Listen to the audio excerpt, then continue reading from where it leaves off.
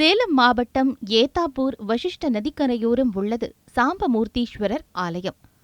பஞ்சபூத ஸ்தலங்களில் இரண்டாவது திருத்தலமாகவும் அப்புலிங்கம் என்ற நீர்த்தலமாகவும் இக்கோவில் போற்றப்படுகின்றது.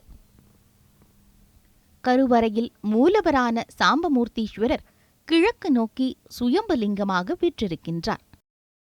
ஒருமுறை பார்வதி தேவியின் தந்தையான தக்ஷன் சிவபெருமானை புறக்கணித்து யாகத்தை நடத்தியதாகவும் அவருக்குரிய அவர் பாகத்தையும் தர மறுத்ததாகவும் புராணங்கள் கூறுகின்றன. அந்த சமயத்தில் ஈசனின் சொல்லை மீறி தந்தையின் யாகத்திற்கு பார்வதி தேவி சென்றதால் தன்னை விட்டு பிரிந்து வாழக் கடவாய் என சிவபெருமான் சாபம் அளித்ததாகவும், சக்தியை விட்டு பிரிந்த ஈசனோ தனியாக இங்கு வந்து லிங்க வடிவத்தில் வில்வ மரத்தடியில் அமர்ந்ததாகவும் புராணங்கள் தெரிவிக்கின்றன.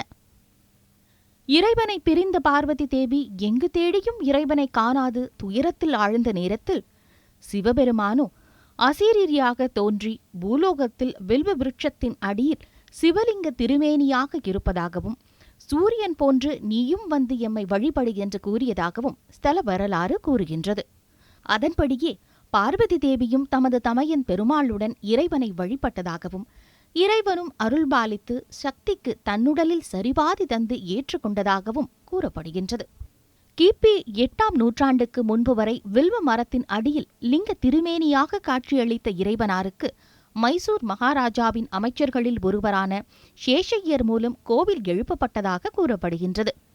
ஆலயத்தில் உள்ள லிங்கமூர்த்தியின் மீது ஐப்பசி மாதம் 9ஆம் தேதி முதல் 15ஆம் தேதி வரையும், மாசி மாதம் 1ஆம் தேதி முதல் 7ஆம் தேதி வரையும் சூரிய கதிர் விழும் அதிசயத்தை காணலாம். உற்சவராக உமா மகேஸ்வரரும் அம்பாளாக மனோன்மணியும் தெற்கு நோக்கியவாறு தனி சன்னதியில் எழுந்தருளியுள்ளனர்.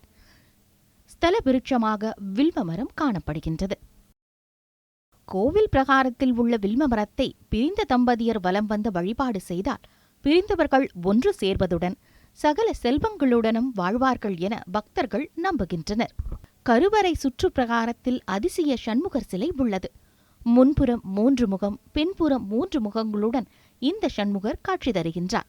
இக்கோவில் கருவறையின் பின்புறம் 10 லிங்கங்கள் உள்ளது சிறப்பம்சமாக பார்க்கப்படுகின்றது.